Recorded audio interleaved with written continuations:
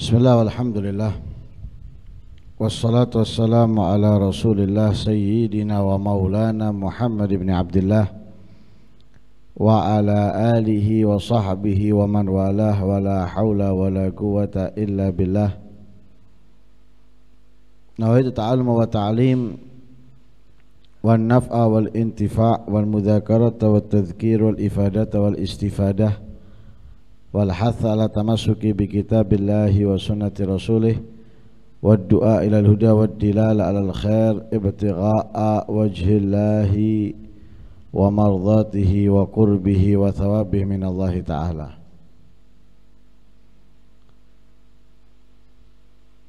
Karena cukup lama libur, pertemuan kali ini kita sedikit mengulang ayat-ayat yang telah kita pernah membahasnya, yaitu sayaqulus sufaha'u minan nasi ma wallahum an qiblatihim allati kanu 'alaiha qul lillahil masyriq wal maghrib yahdi man yasha'u ila siratal mustaqim wa kadzalika ja'alnakum ummatan wasatan litakunu syuhada'a 'alan nasi wa yakuna ar-rasulu 'alaikum syahida wa ma ja'alna al-qiblata allati kunta 'alaiha illa lina'lama man yattabi'ur rasula mimman yanqalibu 'ala aqibaihi wa in kanat lakabiratan illa 'alal ladzina hadallahu ma kana Allahu liyudhi'a imanakum innallaha bin-nasi laraufur rahim. Qad nara taqalluba wajhika fis samai falanwalliyannaka qiblatan tardaha fawalli wajhaka syatral masjidil haram wa haitsu ma kuntum fawallu wujuhakum syatrah.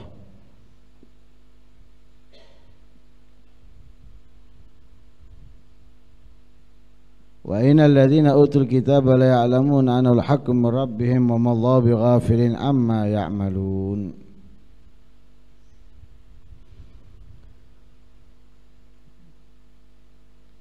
Orang-orang bodoh daripada orang-orang Yahudi dan orang-orang musyrik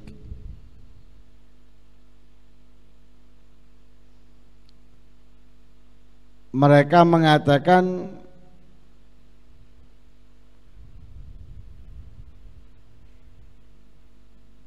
ma wallahum, apa yang membuat mereka berpaling an qiblatihim allati kanu 'alaiha, dari kiblat yang dahulu dihadapnya.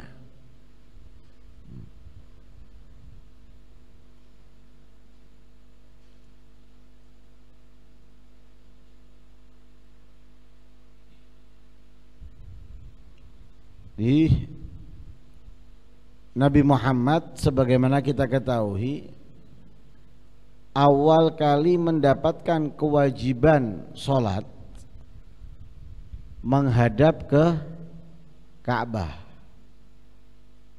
yang menjadi kiblatnya. Tapi setelah Nabi SAW hijrah ke Madinah, diperintahkan oleh Allah Subhanahu wa taala untuk berpindah ke Baitul Maqdis.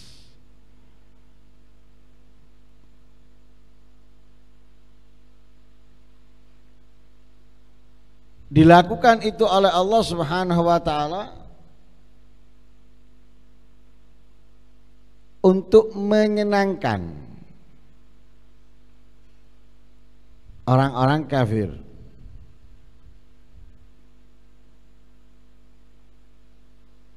Atau orang-orang Yahudi, sehingga Nabi menghadap ke Baitul Maqdis selama 16 bulan atau 17 bulan. Dilakukan oleh Allah ta'allufan lil Yahud, menyenangkan orang-orang Yahud.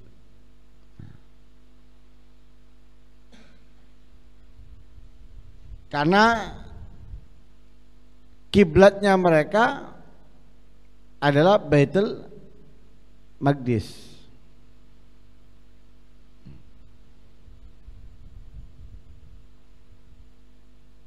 setelah 16 bulan atau 17 bulan diperintahkan kembali oleh Allah Subhanahu wa taala untuk menghadap ke Ka'bah. Sehingga mereka orang-orang Yahudi atau orang-orang musyrik menyatakan ini berpindah karena rindu ke tanah kelahirannya.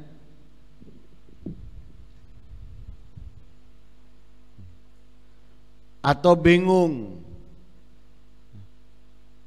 menjalankan yang seharusnya.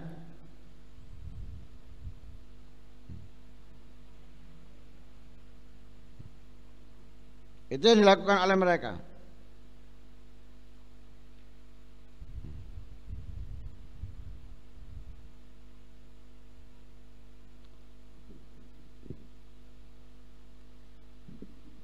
Lah sebagaimana kita ketahui bahwa Nabi Muhammad ketika berpindah ke Baitul Maqdis,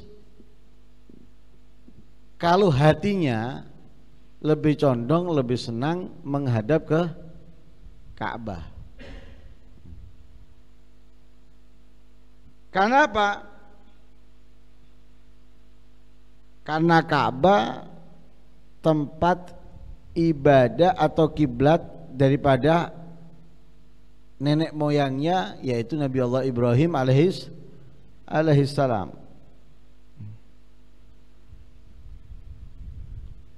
Nah, karena itu diceritakan dalam riwayat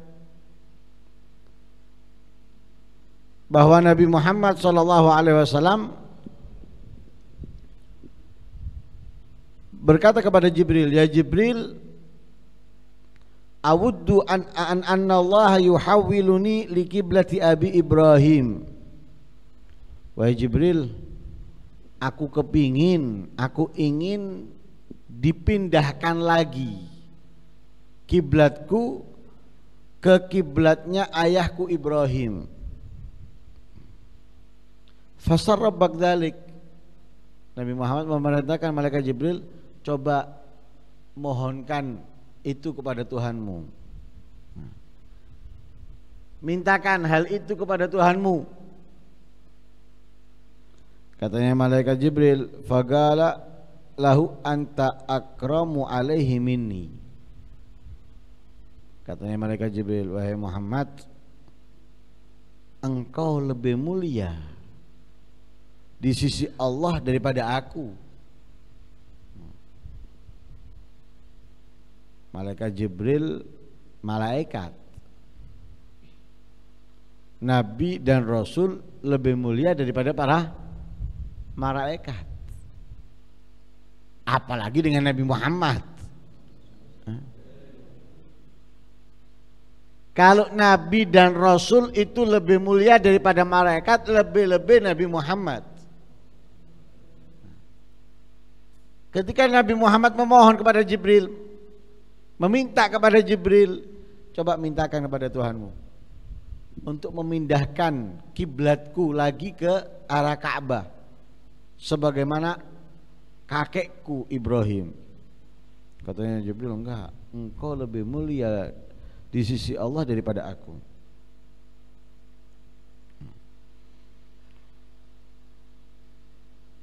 Summa sa'ida ila sama' fasara Rasulullah sallallahu alaihi wasallam yanzur li jihatiha muntadhiran lil idzni fi dzalik. Lalu Jibril naik ke langit. Rasul sallallahu alaihi wasallam selalu melihat ke langit. Dikit-dikit ngelihat ke langit. Kenapa? Menunggu kabar dari Jibril, menanti Jibril datang membawa berita. Karena itu katanya Allah dalam ayat Al-Quran, "Qad nara taqalluba wajhika fis sama." Aku tahu kamu selalu melihat ke langit, menanti berita, kabar dari Jibril yang dibawanya dariku.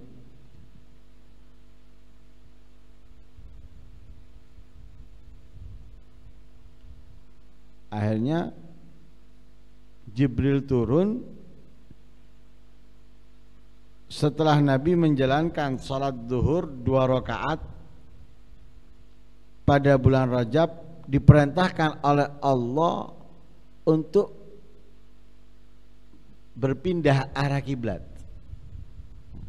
Ada riwayat asar,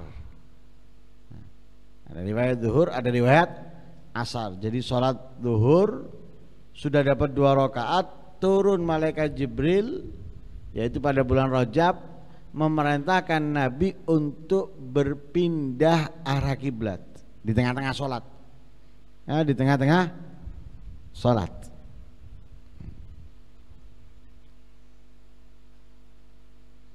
Berpindah. 2 rakaat pertama menghadap Baitul Maqdis, 2 rakaat terakhir menghadap ke Ka'bah.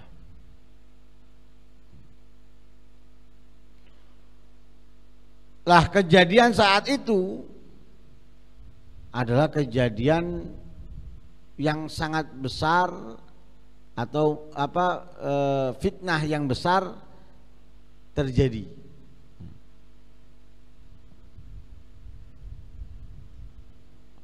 Orang-orang Yahudi, orang-orang munafik merasa tertipu dengan perpindahan ini, merasa terhina. Tapi Allah Subhanahu wa taala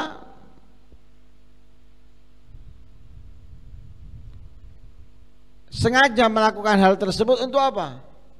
Untuk memberitahukan kepada Nabi di antara mereka itu ada yang benar-benar beriman, ada yang masih setengah-setengah atau bahkan yang sama sekali tidak beriman.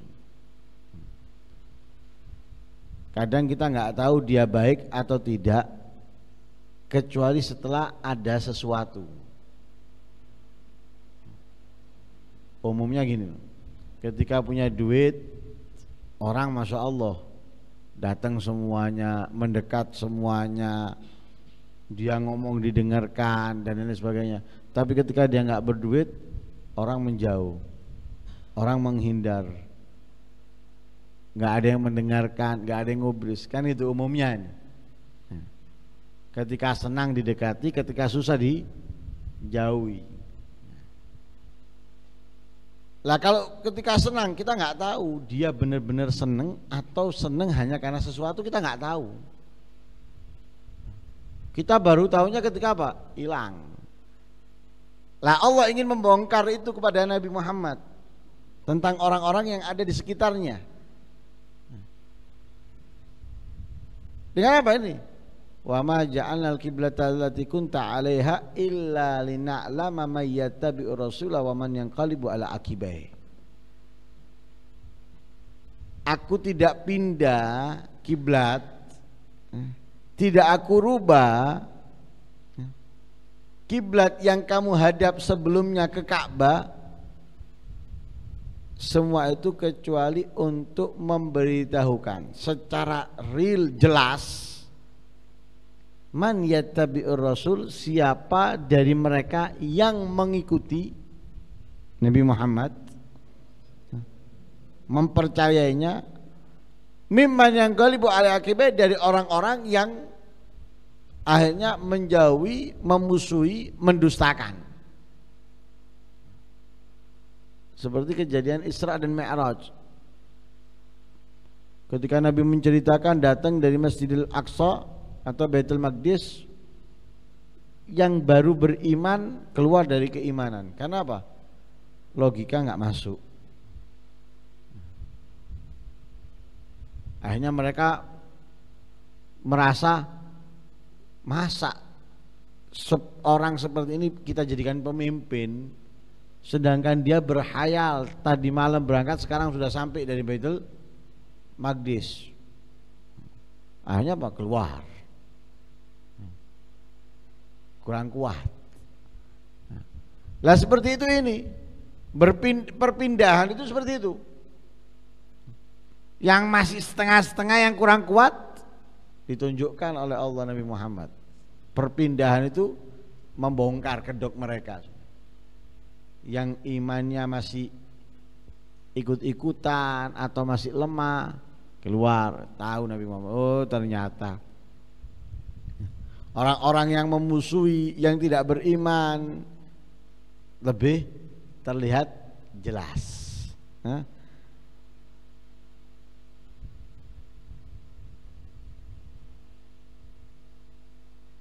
Wa in kanat lakabiratan illa 'alal ladzina hadallah.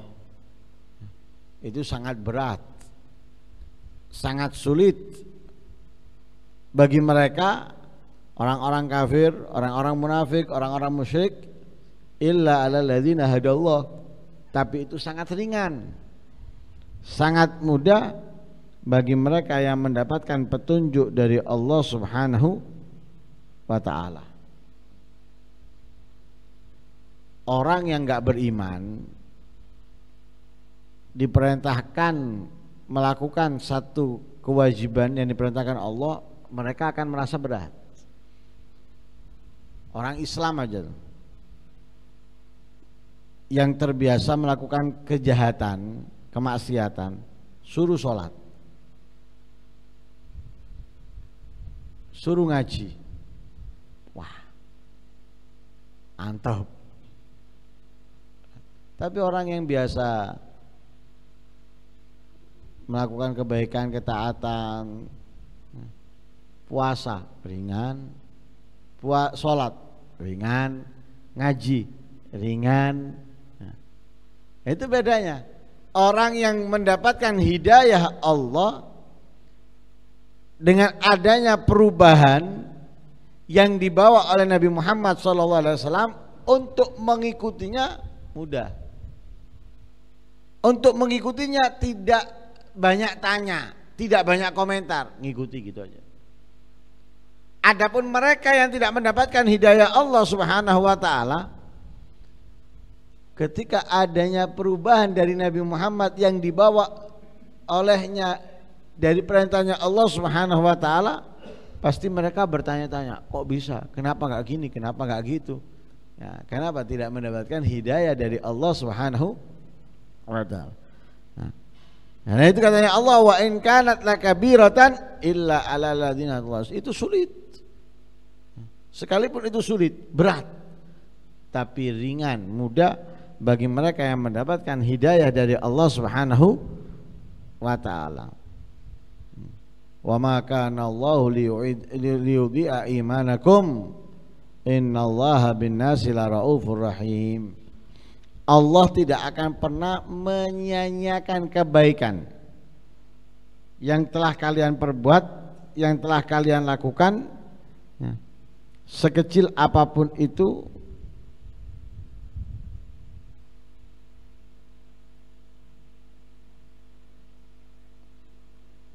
sedikit apapun itu, Allah tidak akan pernah menyia-nyiakan. Artinya apa? Ada harga, ada balasan yang akan kamu dapatkan dari kebaikan-kebaikan, ketaatan-ketaatan yang pernah kamu lakukan.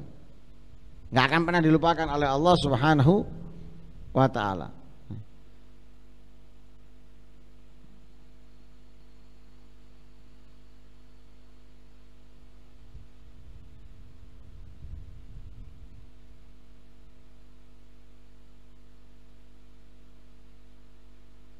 Artinya apa? Apa yang telah kalian lakukan daripada sholat, ibadah menghadap Baitul Maqdis, itu tidak disia-siakan oleh Allah Subhanahu wa ta'ala.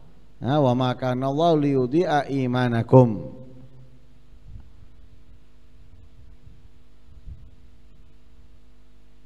Nah, itu kepada siapa? Itu pertanyaan sebetulnya, sebabnya adanya pertanyaan. Nah, sekarang orang yang sholat ke Baitul Maqdis meninggal sebelum menghadap sholat menghadap Ka'bah, gimana sholatnya mereka? Nah, kayak pandangan mereka, pandangan pemikiran mereka nggak dapat apa-apa dong. kalau ada perubahan seperti ini? Enggak. Nah, akhirnya turun ayat wa ma kana Allahu liyudhi'a imanakum. Apa yang telah kalian lakukan salat dengan menghadap ke Baitul Maqdis, walaupun meninggal sebelum melaksanakan salat ke menghadap ke Ka'bah, Allah tidak akan sia-siakan. Artinya apa? Allah tetap akan membalasnya dengan pahala.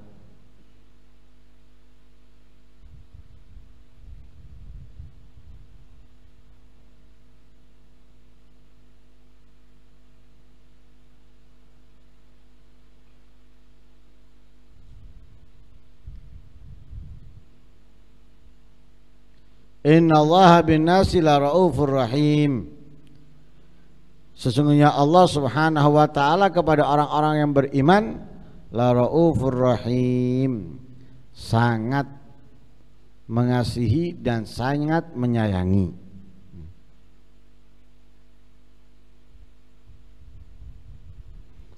Nah, ini sedikit mengulang dari pembahasan kita yang dahulu sebelum libur, sebelum istirahat. Nah, insya Allah akan kita lanjutkan di beberapa pertemuan yang akan datang. Mudah-mudahan Allah Subhanahu wa taala memberikan kesehatan kepada kita, keimanan, keislaman yang lebih kuat dan lebih sempurna dari sebelumnya. Amin Allahumma amin. Wassallallahu alaihi wasallam Muhammadin nabiyil ummi wa sallam. Alhamdulillahi rabbil alamin.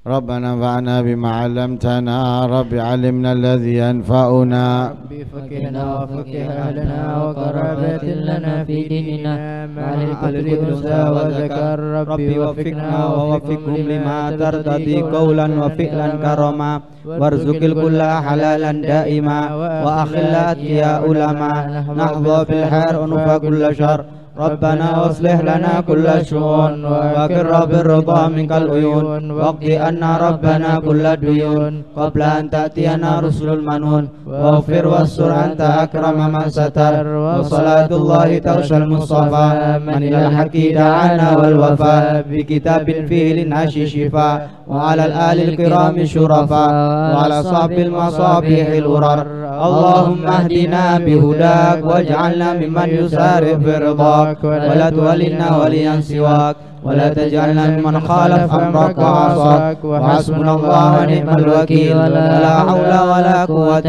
إلا بالله العلي العظيم وصلى الله على سيدنا محمد وعلى آله وصحبه وسلم. يا ربنا اعترفنا بأننا اقترفنا وأننا أسرفنا على لظى أسرفنا فتب علينا توبة تغسل كل حوبة واستر لنا العورات وآمن الروعات واغفر لوالدينا ربي ومولودينا والأهل والإخوان وسائر الحلان وكل ذي محبة أو جيرة أو صحبة والمسلمين أجمع آمين يا رب اسمع فضلا وجودا منا لا باكتساب منا بالمصطفى الرسول نهضى بكل سول بالمصطفى الرسول نهضى بكل سول